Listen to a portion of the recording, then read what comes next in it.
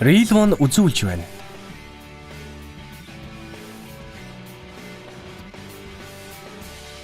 Дуу шиг амьдрал.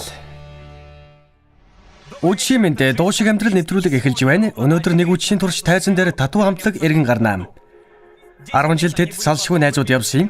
Харин хамтлаг тарсны дараагаар татуушка нарын хооронд хар муур гүйсэн мэт болсон билээ. Тэд 4 жил бие бие хараагүй, сонсоогүй бөгөөд энэ нь санаандгүй тохиолдол биш гэж ярих юм билээ. Юлия Волкова дөнгөж 14 настай, харин Лина Катина 15-тай. Хүйтэнд даарч чичирсэн маш аз жаргалтай байх охтууд амьдралынхаа анхны клипний зураг авалтын дараа нүур хөргөлтийн өрөөнд дулаацж байгаа нэ. Энэ аз юм уу юу юм мэдэхгүй байна. Бодвол аз л бах та. Нэрэ. Гэлебин тэдэнд жинхэнэ алдар нэрийг авчирсан ба эгч мөнгө олсон. Ойролцоотойгоор татуу хамтлаг 10 жил оршин тогтнохдоо 2 тэрбум рублийн ашиг олсон байна. Яна